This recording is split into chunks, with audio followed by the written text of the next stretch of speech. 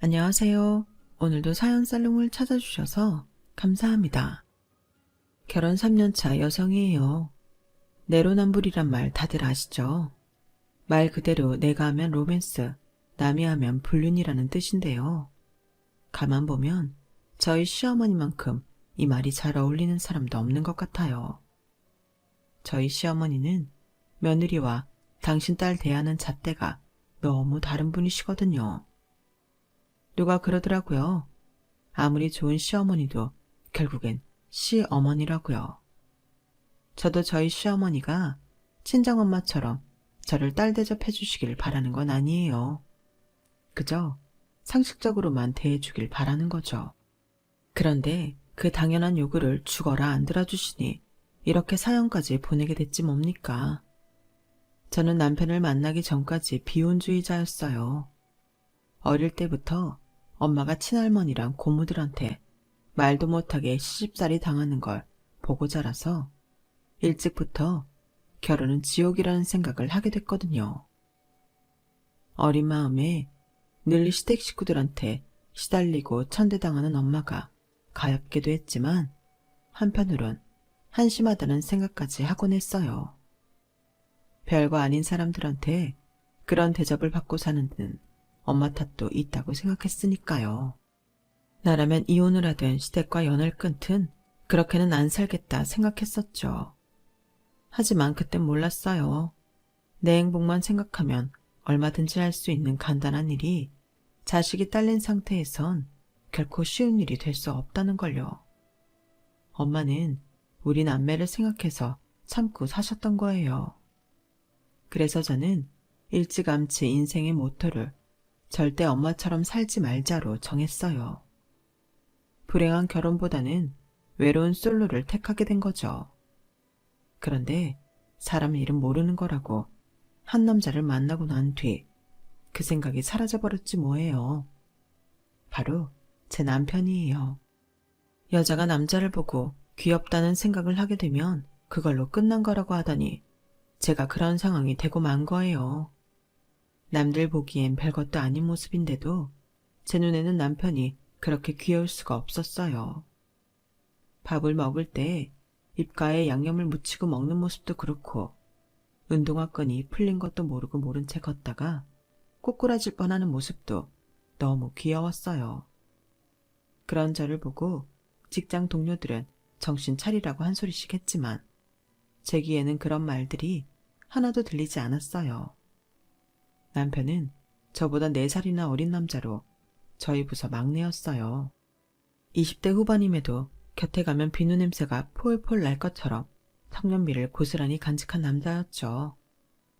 저보다 3살 어린 제 남동생과는 고작 1살 차이밖에 안 나는데도 외모며 행동은 하늘 땅만큼 차이가 났어요. 말은 또 어찌나 예쁘게 하는지 실수를 밥 먹듯이 하는데도 혼내기 싫을 정도예요. 그렇다 보니 저희 부서에선 원성이 자자했어요. 특히 저랑 입사 동기이자 제게 고백했다 차였던 오대리는 아예 눈에 불을 켜고 달려들었죠. 김대리, 내가 보기엔 최성준 씨가 문제가 아니라 직속 사수인 김대리가 문제인 것 같아. 김대리가 최성준 씨 엄마야? 왜 그렇게 부하 직원을 싸고더라? 노처녀 눈에 파릇파릇한 총각사원이 근사한 먹잇감으로 보일진 모르겠지만 회사 입장에선 월급 주기도 아까운 병아리에 불과하다고. 부하 직원이 한 사람 목할 수 있게 가르쳐야 할 사람이 왜 이렇게 휘둘려? 제발 일 좀 똑바로 하자. 그 말에 불끈했지만 딱히 틀린 말도 아니어서 할 말은 목구멍으로 삼켰어요. 사실 제 남편이 너무 일을 못했거든요. 이런 수준으로 어떻게 그 힘든 입사 시험에 통과했는지 이해가 안 갈 정도였어요. 기획서 작성은 둘째치고 엑셀도 제대로 못 따라서 사수인 제가 숫자를 채워줘야 하는 상황이니 말 다 했죠. 그런데 또 노력은 그렇게 해요. 자기가 남들보다 못하다는 걸 스스로도 잘 알더라고요. 제가 사실 사무실에서 마녀라고 불릴 정도로 부하 직원들한테 엄격한 편이거든요. 대신 저한테 일을 배운 사원들은 어디 가서 일 못한다는 말은 안 듣고 살 정도로 일 하나는 제대로 가르치는 걸로 유명하죠. 그래서 신입들은 거의 저한테 보내곤 하는데, 이놈의 사랑이 마녀의 명성에 금이 가게 하고 만 거예요. 그래서 하루는 도저히 안 되겠다 싶어서 퇴근 후에 개인 면담을 하기로 했어요. 다들 퇴근하고 난 시간에 남편과 단둘이 회의실에 앉아 허심탄회하게 얘기를 나눴어요. 도대체 뭐가 문제인지 원인을 찾으려고요. 그런데 얘기를 한참 나누다 보니 말끝마다 엄마 얘기를 꺼내지 뭐예요. 저희 엄마가 완전 사내 대장부 같은 분이거든요. 사업 수완도 좋으시고 특히 재테크에 귀재예요. 우리 집 재산은 엄마가 다 만든 거나 다름없어요. 아빠도 월급채로 엄마한테 넘기고 엄마한테 용돈 타서 쓰시는데요. 한 번도 불만을 가져본 적이 없다고 하시더라고요. 한마디로 남편은 마마보이였어요. 남편의 말에 따르면 시종일관 우리 엄마가 최고였거든요. 면담을 끝낸 뒤 한숨이 나더라고요. 연하남을 딱히 어떻게 해볼 생각은 아니었지만 썸을 타든 연애를 하든 마마보이는 절대 사설이니까요. 그래서 깔끔하게 포기하고 일이나 제대로 가르쳐서 한 사람 몫을 할 수 있게 만들자 생각했죠. 그래서 다음 날부터 업무 지시 방법을 바꿨어요. 전에는 자율성을 부여해서 부탁하는 어조로 업무 지시를 했다면 이후엔 정확히 뭐를 해야 하는지 지정해서 명령조로 업무 지시를 했어요. 그랬더니 전과는 다르게 일 처리 속도도 빨라지고 완성도도 확실히 높아졌지 뭐예요. 어릴 때부터 엄마 명령에 따라 살던 남자라 자율성보다는 강압적인 지시가 잘 맞았던 거죠. 하루아침에 확 달라진 모습에 사무실 사람들은 다들 놀라더라고요. 당연히 마녀라는 제 명성도 되찾을 수 있었고요. 그렇게 사심 가득한 사수에서 일 잘 시키는 사수로 돌아온 저는 예전의 모습을 되찾아갔어요. 30 넘은 노처녀에게 중요한 건 고독사하지 않고 100세까지 살 수 있는 강인한 체력과 혼자서도 충분히 살아갈 수 있는 재력뿐이라는 일념을 가지고 저축도 열심히 했고 퇴근 후 운동도 열심히 했어요. 남편은 남편대로 조금씩 업무에 익숙해져서 더 이상 병아리란 소리는 듣지 않게 되었죠. 그런데 그러던 어느 날이었어요. 주말이라서 필라테스를 마치고 집에 막 돌아왔는데 작은 고모가 집에 와 있더라고요. 작은 고모가 저희 집에 찾아오는 이유는 딱 2가지예요. 김치가 떨어졌거나 돈이 떨어졌거나. 이번엔 전자더라고요. 고모가 식탁에 앉아 자기 시어머니 욕을 하고 있는 사이 저희 엄마는 김치 냉장고에서 연신 김치통을 꺼내들며 고모가 가져온 통에 김치를 옮기고 있었어요. 언니, 난 언니가 해준 김장김치가 제일 맛있더라. 올해는 좀 넉넉히 해서 한 2통 더 줘. 매번 찔끔찔끔 주니까 가을도 되기 전에 다 먹고 또 얻으러 오게 되잖아. 안양에서 여기까지 김치 얻으러 오는 게 얼마나 힘든 줄 알아? 기름값은 또 어떻고. 아참, 주는 김에 꼬들빼기 남았으면 그것도 한 통만 줘. 우리 신우가 며칠 전부터 꼬들빼기 타령을 하더라고. 그게 무슨 의미겠어? 나보고 담아달라는 거지. 하여간에 인간들이 염치라는 게 없어. 언니도 알지? 우리 시어머니 철 바뀔 때마다 전화해서 아들 집에 가고 싶어도 입고 갈 옷이 없어서 못 간다고 그러시는 거. 아니 그럼 평소엔 벗고 살았어? 왜 나한테 전화할 때마다 그런 소리를 하냐고. 자기들은 나한테 양말 한 짝 사주는 법이 없으면서 해달라는 건 끝도 없다니까. 그 말을 듣는데 어이가 없어서 웃음밖에 안 나더라고요. 결혼한 지 15년이 넘는 동안 100원짜리 동전 하나 안 내고 철마다 김장김치를 퍼가는 주제에 누가 누구 욕을 합니까? 그뿐인가요? 결혼할 때도 혼수비용 모자란다고 저희 엄마 개탄돈까지 빌려가 놓곤 아직도 갚을 생각을 안 하고 있어요. 염치가 없으면 눈치라도 있어야지. 그래놓곤 어디서 자기 시댁 식구들 욕을 합니까? 한참 떠들던 고모는 쓴웃음을 짓고 있는 저를 보더니 기분이 상했는지 대뜸 그러는 거예요. 경은이 넌 결혼 안 하니? 네가 인물이 딸리니 학벌이 딸리니? 왜 그렇게 시집을 못 가는 거야? 알겠다. 너 남자들 앞에서 성질 부리고 그러지? 네가 우리 오빠를 닮아서 인물은 반반한데 성격은 외탁해서 그런가? 영 그렇잖아. 성질 좀 죽이고 살아. 안 그럼 너 노천으로 늙어 죽는다. 웃기고 자빠졌네. 거지 같은 자기 성격은 생각 않고 어디서 내 성격 탓이래요. 그래서 웃는 얼굴로 한 방 먹여줬어요. 고모, 나 어릴 때부터 고모 닮았다는 말 들었던 거 몰라? 내 성격 외탁 아니야. 고모 판박이지. 그래서 난 결혼 안 하고 그냥 혼자 살라고. 난 고모처럼 공짜 김치 얻어먹을 올케도 없고 혼수 비용 빌려줄 오빠도 없으니 어쩌겠어. 내 힘으로 뼈 빠지게 벌어서 능력 있는 노처녀로 살아야지. 구질구질하게 남한테 빌부터 사는 것보다 그게 낫지 않아? 그러자 작은 고모는 먹고 있던 과자를 식탁 위에 탁 던지더니 버럭 소리를 치는 거예요. 언니, 내 김치통 돌려줘. 나 김치 안 가져갈래. 더럽고 치사해서 나 더 이상 이 집구석에서 김치 안 얻어먹을 거야. 야, 너도 그러는 거 아니야. 나이도 어린 기집애가 어디서 고모한테 그따위를 떠들어? 언니는 일도 안 하고 우리 오빠가 벌어다 주는 돈으로 편하게 먹고 살면서 애들 교육도 제대로 못 시키고 뭐 했어? 진짜 우리 오빠만 불쌍하지? 고모는 타깃을 저희 엄마로 옮겨 싹바가지 폭격을 시작했어요. 평소대로라면 그저 꾹 참고 넘기던 엄마였지만 그날은 좀 달랐어요. 평소 자신보다 나이 어린 시누이들한테도 꼬박꼬박 존대를 하던 엄마가 고모 이름을 부르며 한 소리 하셨거든요. 찬주야, 주둥이 뚫렸다고 함부로 짓거리면 안 되지. 내가 다른 건 다 참는데 니들이 내 새끼들 가지고 떠드는 건 못 참아. 이날 이때까지 너랑 네 언니랑 나한테 해준 게 뭐 있니? 그렇게 김치며 고춧가루며 심지어 쌀까지 퍼다 처먹으면서 고맙다는 말 한마디 제대로 한 적 있었니? 그래놓고 누구 보고 자식 교육을 제대로 시키래. 그럼 니네 부모님은 니들 교육을 제대로 시켜서 니네 자매가 이따위로 살고 있니? 머리가 달려있으면 생각을 좀 하고 말을 해. 그래야 니네 부모 얼굴에 먹칠은 안 하지. 그리고 앞으로는 김치 얻으러 우리 집에 오지 마. 돈 빌려달라고도 오지 마. 너처럼 고마움 모르는 배은망덕한 애한테 줄 김치는 없으니까. 자, 김치통 가져가. 씻는 건 니네 집에 가서 씻어. 그 정도는 할 수 있지? 엄마는 담았던 김치를 싹 쏟아내고는 양념으로 범벅이 된 빈 김치통을 작은 고모한테 내밀었어요. 싸늘한 표정으로 자신을 바라보는 저희 엄마 모습에 작은 고모는 얼굴이 하얗게 질려버렸죠.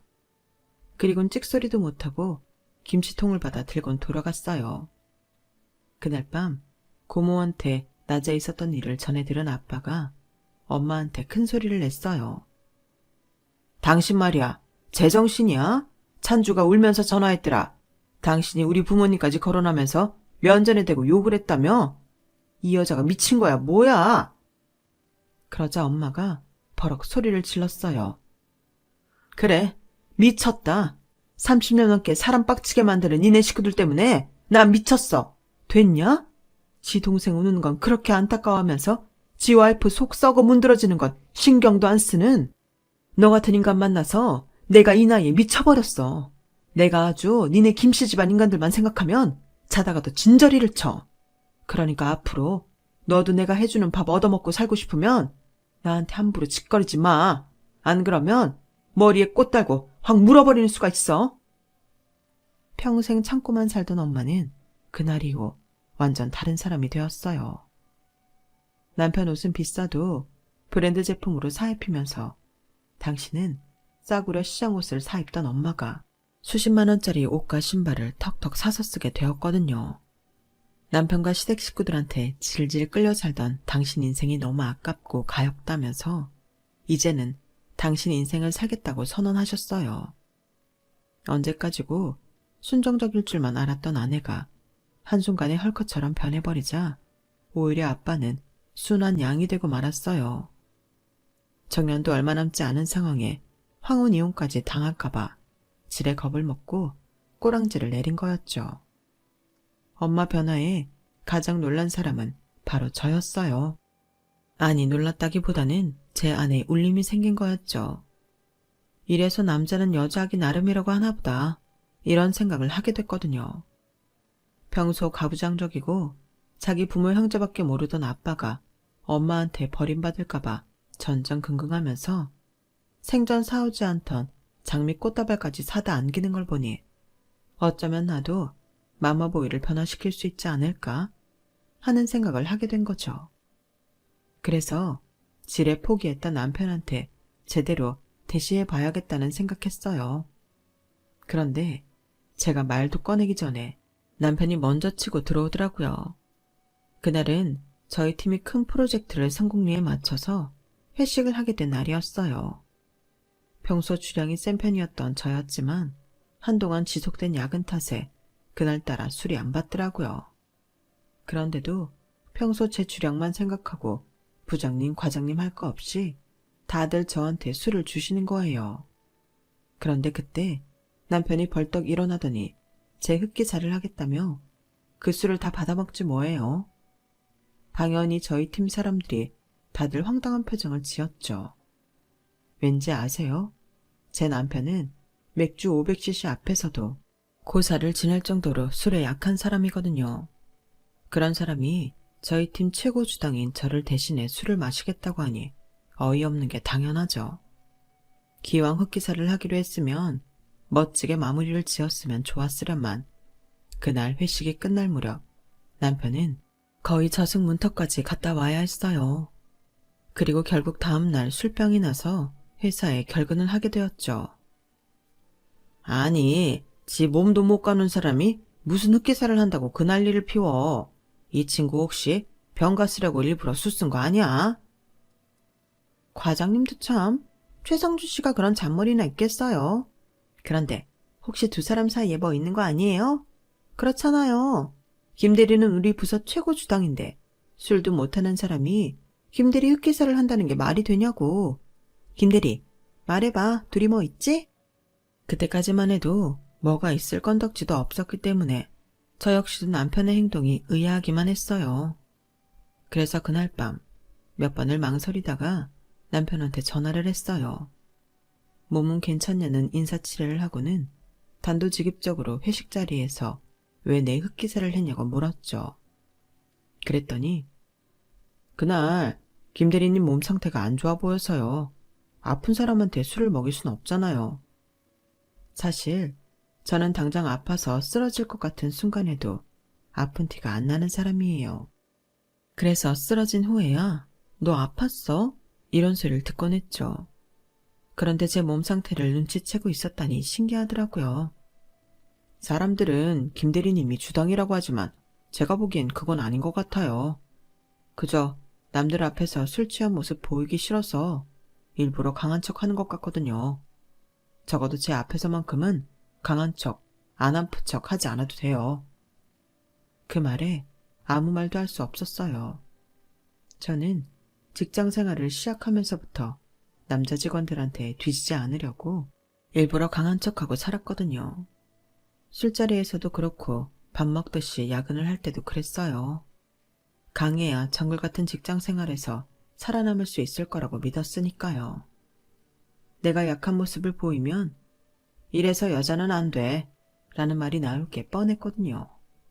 그런데 그걸 알아봐주는 사람이 있다니 고맙기도 하고 한편으로는 울컥했어요.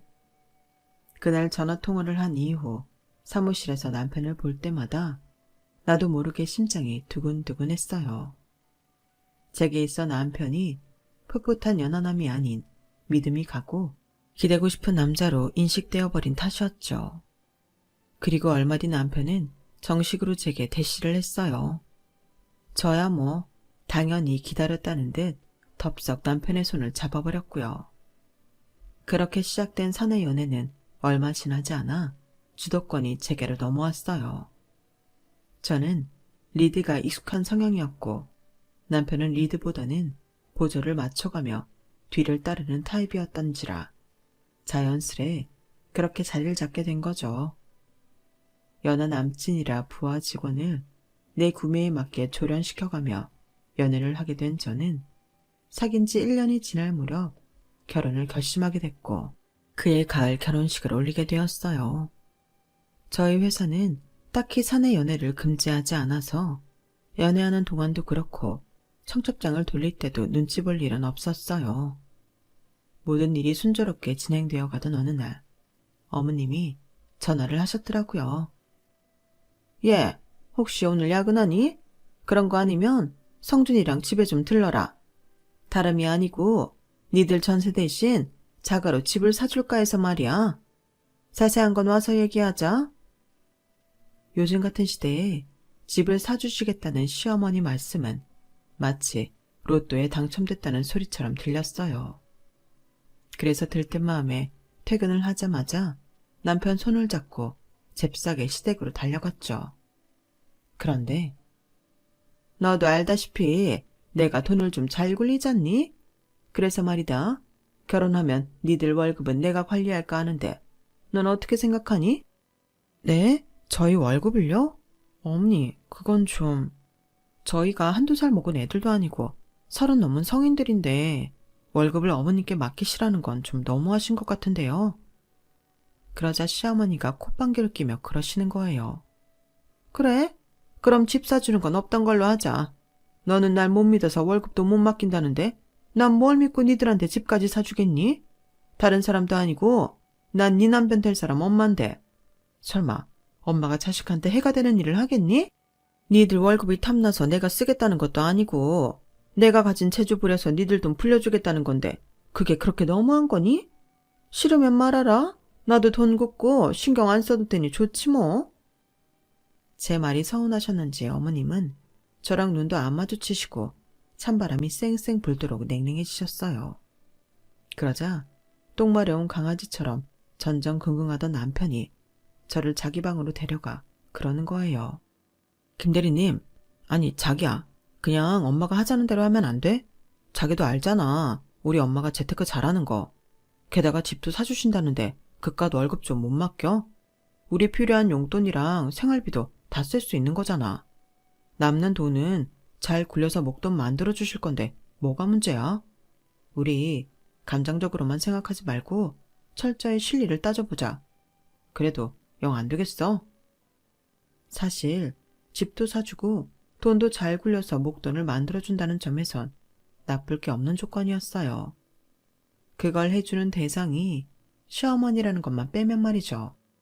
자기야, 우리 엄마가 아니라 금융자산관리사가 돈 관리를 해준다고 생각하자.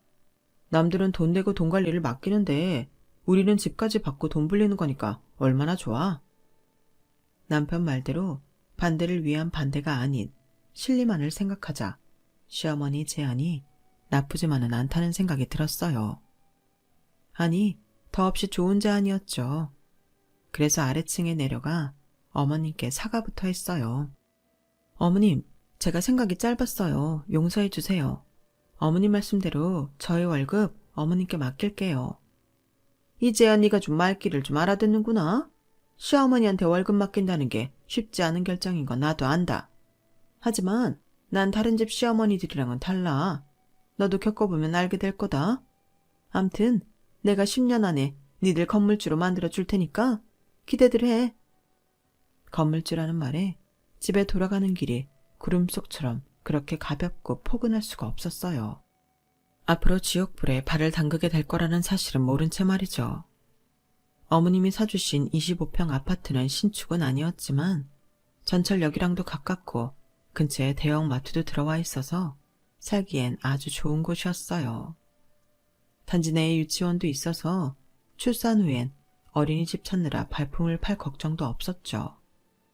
하지만 결혼을 하고도 2년이 넘도록 임신 소식이 없어서 어린이집을 사용할 일은 없었어요.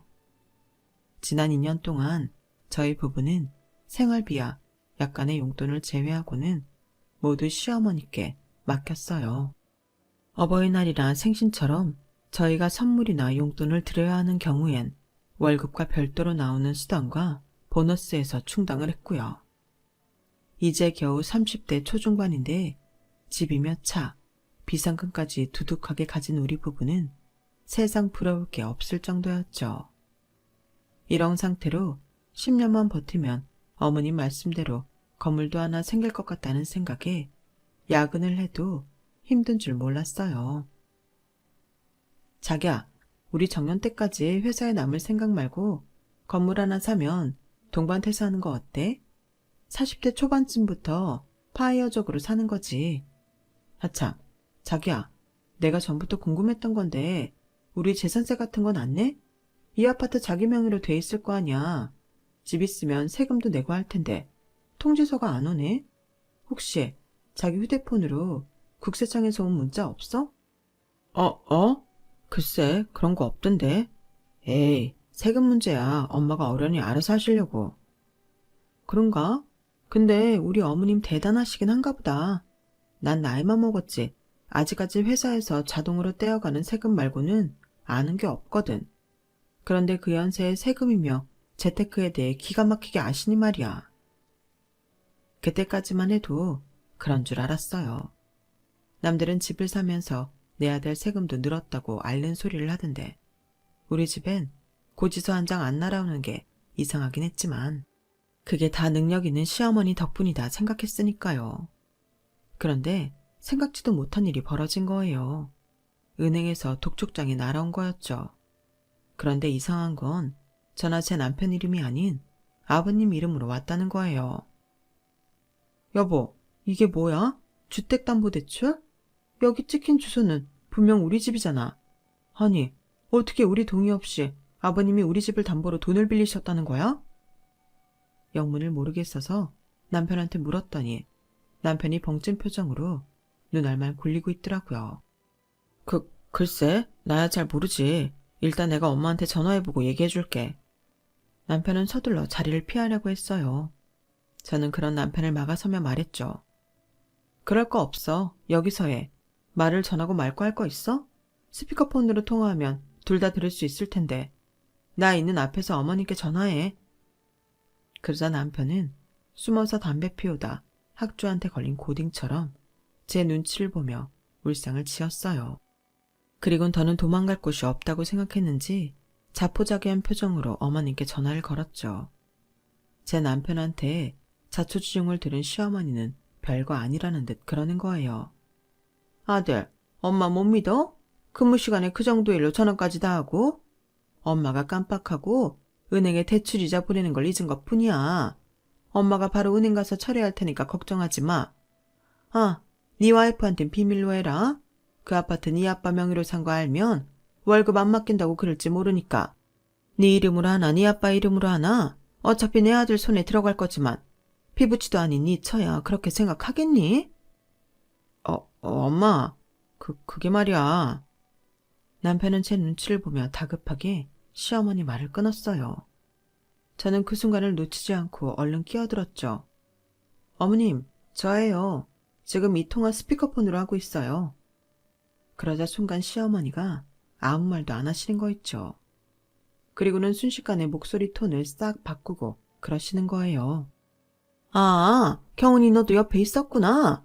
안 그래도 집 문제로 너랑 통화를 한다 하고선 바빠서 깜빡했지 뭐니? 그래, 일단은 근무 시간이니까 우리 자세한 얘기는 나중에 얼굴 보고 하자. 그래, 그럼 일들 해라. 어머님은 다급하게 전화를 끊으셨어요. 그러자 남편은 사색이 돼서는 저랑 눈도 제대로 못 마주치더라고요. 어떻게 된 거야? 우리 아파트가 왜 아버님 명의로 되어 있어?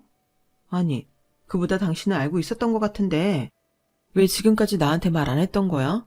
내가 알면 안 되는 이유라도 있던 거야? 말해봐.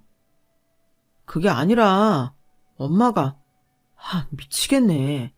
그래, 솔직하게 말할게. 엄마가 그러더라고. 요즘엔 결혼식하고 1, 2년 안에 이혼하는 사람들이 많아서 처음부터 집을 내 명의로 하면 갈라설 때 손해를 볼 수도 있다고 말이야. 재산 분할도 해야 하니까. 아, 그러니까 이혼할 때를 대비해서 나한테 돈 뺏길까봐 아버님 명의로 했다는 거구나. 진짜. 자기야. 자기는 내 남편으로 나랑 사는 거야? 아니면 어머님 아바타로 나랑 사는 거야? 할지 말지도 모르는 이혼 때문에 배우자인 나까지 속이고 사는 게 말이 돼?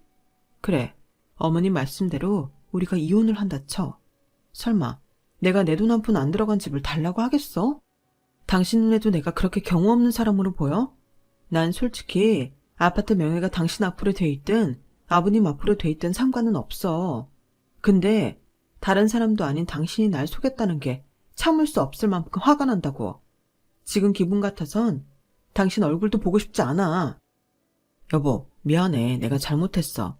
당신한테 그러면 안 되는 건 알고 있었는데 엄마가 하도. 저는 소리를 버럭 지르며 남편 말을 뚝 잘랐어요. 그놈의 엄마. 당신 몇 살인데 아직도 엄마 타령이야. 당신이 유치원생이야? 초등학생이야? 30이 넘어서 결혼까지 한 남자가 어떻게 매번 엄마 타령을 하냐고. 당신은 스스로 생각도 못해? 엄마 말 아니면 아무것도 못하는 사람이냐고. 난 당신 엄마랑 결혼한 게 아니라 최성준, 당신이랑 결혼했다고. 앞으로 이런 식으로 어머님 아바타처럼 굴 거라면 차라리 이쯤에서 끝내자. 그러자 남편은 닭똥 같은 눈물을 뚝뚝 흘리면서 제 손을 부여잡곤 이혼은 안 된다며 앞으로는 자기가 달라지겠다고 맹세를 했어요. 그 일이 있고 얼마 뒤 우리 부부는 시댁에 찾아갔어요. 솔직히 아파트 명의 문제는 상관이 없었지만 우리 부부가 시어머니로부터 진정한 독립을 하려면 경제권부터 돌려받아야겠다고 생각했거든요. 그런데 어머님이 죽어도 경제권은 못 돌려주시겠다는 거예요. 어머님, 도대체 안 되는 이유가 뭐예요? 저요, 솔직히 저희 사는 아파트가 누구 명의로 되어 있는지는 중요하지 않아요. 하지만 어머님이 저를 속이셨다는 사실에 대해서는 그냥 넘어갈 수가 없어요. 그러니까 저희 부부 경제권 돌려받고 싶습니다. 당장 이번 달 월급부터는 저희가 관리할 거고요. 그동안 저희 월급으로 투자하신 건 당장 빼달라고 할 수는 없으니까 투자 내역만이라도 알려주세요. 예, 넌 집까지 받아놓고 네 좋을 대로 경제권까지 가져가겠다는 거니? 결혼 전에 나랑 한 약속이랑 다르잖아. 애초에 약속을 어기신 건 어머님이세요. 어머님에 대한 신뢰가 무너진 마당에 어떻게 경제권을 맡길 수가 있겠어요? 그러니까 알려주세요. 더는 물러설 수 없다는 생각에 강하게 밀고 나갔어요. 남편은 옆에서 꿀먹은 벙어리처럼 고개만 푹 숙이고 있었고요. 그러자 어머님이 제 남편한테 그러시는 거예요. 아들, 엄마가 며느리 앞에서 이런 꼴까지 당해야겠니? 이날이 때까지 엄마가 너한테 해가 되는 일 단 한 번이라도 한 적이 있어? 아니잖아.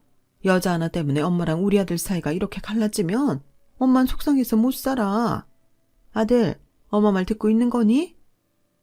그 순간 저는 남편의 입에서 나오는 말에 따라 이혼할 건지 말 건지를 결정해야겠다고 속으로 생각하고 있었어요. 그런데 엄마, 나 어린애 아니야. 가정과제 이룬 성인이라고. 그동안은 엄마 아들로 살아왔지만 이제는 한 여자의 남편이자 언제가 될지 모르지만 앞으로 태어날 우리 아이의 아버지로 살고 싶어. 그러니까 더는 엄마 아바타로 살지는 않을 거야. 이 사람 말대로 우리 경제권 돌려줘. 생각지도 못한 아들의 말에 시어머니는 충격을 받으셨어요. 믿었던 아들에 대한 배신감 때문이었는지 어머님은 손가락을 바들바들 떨면서 그러시더라고요. 그래, 다 가져가라. 내가 무슨 부귀영화를 누리겠다고 니들 월급을 관리하겠니? 다만 지금 내가 너무 충격을 받아서 도저히 니들이랑 얘기할 기분이 아니니까 조만간 연락하마. 그때까지 나 좀 내버려 둬다오. 어머님은 그렇게 자리에 누우셨고 저희 부부는 시댁을 나섰어요. 집으로 돌아오는 차 안에서 남편이 그러더라고요. 앞으로는 제게 남편으로 인정받을 수 있도록 노력하겠다고요. 비록 남편한테 실망을 하기는 했지만 스스로 변화를 위해 노력하려는 모습이 보여서 이번만큼은 용서해 주기로 마음먹었어요. 대신 기왕 마음 먹은 거 이번 기회에 남편의 완전한 독립을 위해 전문가 상담을 받기로 했어요. 30년 동안 엄마한테 휘둘러 살던 사람이 혼자 애무로 서기 위해서는 주변의 도움이 필요할 것 같았거든요. 제 말에 남편도 동의해 주어서 우리 부부는 본격적으로 상담 치료를 시작했어요. 처음엔 남편 혼자 받으면 될 줄 알았는데 상담을 시작해보니 저도 함께 받는 게 좋겠더라고요. 저 또한 성격이 강한 편이라 혹시라도 제가 어머님을 대신해 남편을 휘두르게 될지 모를 위험을 미연에 방지하기 위해서였죠. 월급도 우리 부부가 관리를 하게 되었고 상담을 통해 남편도 조금씩 자존감도 높아지고 독립심도 전보다 많이 강해졌어요. 아직은 첫걸음에 불과한 상태지만 이렇게 노력하고 한 걸음씩 나아가다 보면 분명 이전보다 나은 삶을 살아갈 수 있을 거라는 기대감이 생기더라고요. 그런데 우리 부부가 변화를 위해 노력하는 동안 시댁에서는 많은 일이 벌어졌던 모양이었어요. 결혼을 앞둔 신우이 문제로 말이죠. 하루는 신우이 약혼자가 술에 취해 저희 집에 찾아왔더라고요. 신우이가 전화도 받지 않고 저희 시댁에 찾아가도 문도 열어두지 않는다면서 말이죠. 얘기를 들어보니 싸움의 발단은 신혼집이었어요. 형님, 우리 집에서 5억짜리 전세 아파트 해주는 거면 저희 부모님도 한다고 하시는 거예요. 그런데도 성은이랑 장모님은 자가도 아니고 전셋집에서 어떻게 사냐고 결혼을 무르자고 하니 이게 말이 되냐고요. 결혼은 뭐 남자 혼자 하나요? 형님네서는 단돈 1원도 안 보태주면서 뭐 그렇게 바라는 건 많은 건지. 형님네도 아파트 대출금 형수님 월급으로 내고 있다면서요. 근데 왜 나한테는 우리 부모 돈으로 해오라고 그러냐고요. 그게 무슨 소리예요? 우리 집 대출금을 내 월급에서 내다뇨? 몰랐어요? 성훈이가 그러던데요. 이 아파트 자기 아버지 이름으로 사긴 했지만 은행 대출금은 올케 월급에서 내고 있다고. 형님네 부부 월급을 장모님이 관리한다면서요. 근데요, 우리 장모님이 웃기는 게 뭔 줄 알아요? 자기 아들 월급은 따박따박 적금 들어놓고 며느리 월급으론 은행 대출금 갚는다더라고요. 그렇게 해야 혹시라도 이혼하게 될 때 자기 아들이 손해를 덜 본다나 뭐래나. 그런데 뭐 형님 앞으로 들어놓은 적금도 성은이 혼수 비용으로 쓸 생각을 하는 거 보니 아들을 위하는 것도 아닌가 봐요. 하여간에 우리 장모님은 자기 돈 하나 안 들이고 매번 남의 돈으로 생색만 낸다니까. 우리 성은이가 돈 욕심이 많은 건 다 장모님 닮아서 그런 거라고요. 술에 취해 껄라가 된 사람 말을 100% 믿을 수는 없지만 그래도 평소 시어머니 행동을 떠올려 볼 때 틀린 말은 아닌 것 같았어요. 우리 부부 월급을 어떻게 굴려왔는지 내역을 알려달라고 말한 지가 한 달이 넘었는데도 처음엔 충격이 커서 시간을 달라더니 이후엔 딸 결혼 때문에 정신없으니 나중에 말하자고 차일피일 미루고 있는 상황이었거든요. 한마디로 말할 상황이 아니었던 게 아니라 우리 부부 돈을 다 써버려서 말을 할 수 없었던 거죠. 여우 같은 어머님한테 우리 부부는 재주 부리고 돈 벌어다 주는 곰일 뿐이었던 거예요. 그래서 곰이 화가 나면 얼마나 무서운지 이번 참에 제대로 보여드리기로 했어요. 다음 날 우리 부부는 퇴근길에 시댁으로 향했어요. 가보니 시어머니와 시누이가 주방에서 치맥을 하며 수다를 떨고 있더라고요. 뭐가 그리 신나는지 깔깔거리며 웃고 떠드는 통에 우리 부부가 번호키를 누르고 들어오는 것도 모르는 거 있죠. 엄마, 오빠네 돈 어떻게 할 거야? 올케 돈으로는 아파트 대출금 갚느라 다 썼고 오빠 월급은 내 결혼자금으로 쓸 거라며. 올케 성격에 그냥 넘어가진 않을 텐데 말이야. 아, 그러니까 윤서방이 자가로 아파트 하나 해오면 쉽게 풀릴 일인데 전세가 뭐야 전세가. 엄마, 설마 우리 신혼집 팔아서 오빠네 돈 해주려고 그런 거였어? 안 돼. 그건 절대 안 돼. 얘는 집을 왜 팔아? 막말로 신혼집 팔면 니네 시부모가 가만히 있겠니? 담보대출 받아서 일단 네 오빠네 돈 빼주고 나머지는 네 오빠 거슬려서 월급 가져오게 하려고 한 거지.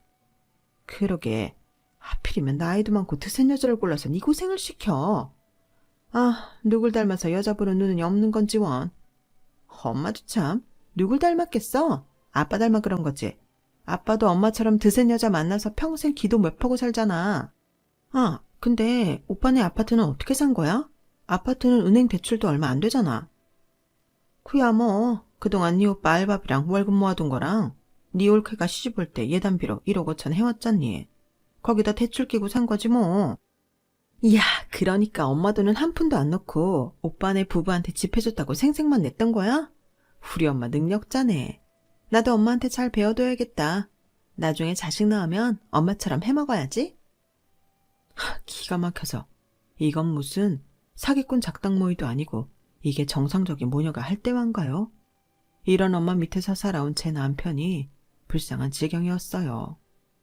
그동안 자기 엄마 말이라면 철석같이 믿었던지라 남편의 배신감은 이루 말할 수 없을 정도였죠. 표정이 싸늘하게 굳어서는 주먹을 부르르 떨고 있더라고요. 그때였어요. 닭발을 버리려고 식탁에서 일어나던 신우이가 저희 부부를 보고는 귀신을 본 사람처럼 비명을 지른 거예요. 오빠, 어떻게 문소리도 안 내고 들어왔어? 아가씨, 우리가 문소리를 안 낸 게 아니라 두 사람이 재미난 얘기를 하느라 소리를 못 들은 거겠죠. 그렇게 재미난 얘기라면 저희도 좀 부르지 그러셨어요, 어머님. 안 그래도 우리 아파트는 어떻게 샀는지 궁금했는데 이런 비하인드 스토리가 있는지 몰랐네요. 뭐 차라리 잘 됐어요. 길게 대할 거 없이 우리 부부가 할 말만 하고 가면 되겠네요. 안 그래도 아파트 내주고 우리 힘으로 시작하려고 했는데 애초에 우리 돈으로 산 거라니까 그럴 필요는 없겠네요. 은행 대출금도 제 월급에서 내셨다고 하니 하루 시간 내서 명의이자만 하면 되겠어요. 물론 세금 문제는 어머님이 감당하셔야겠지만요.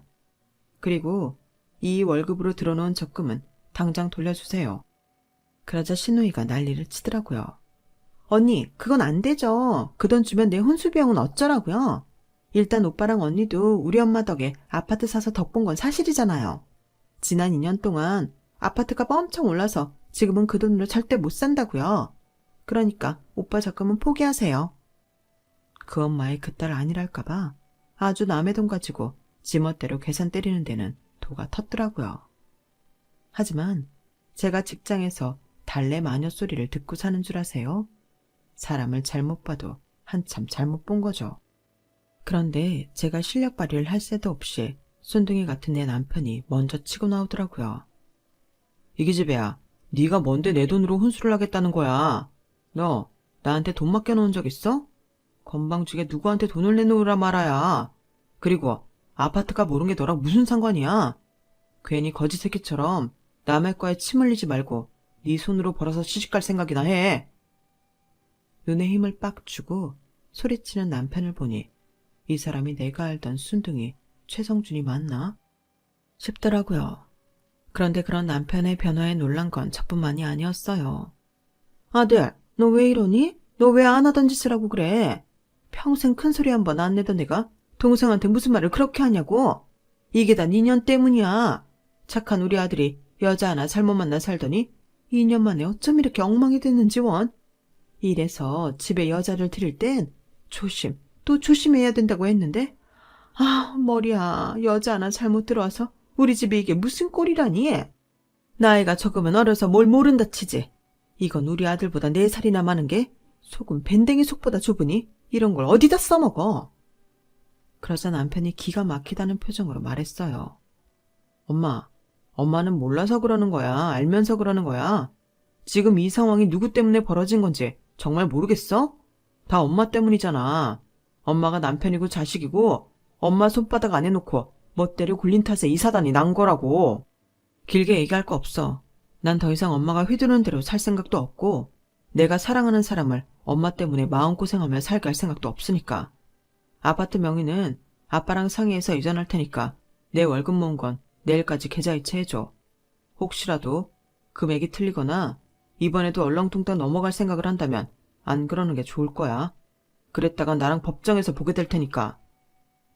그렇게 남편과 저는 집으로 돌아왔어요.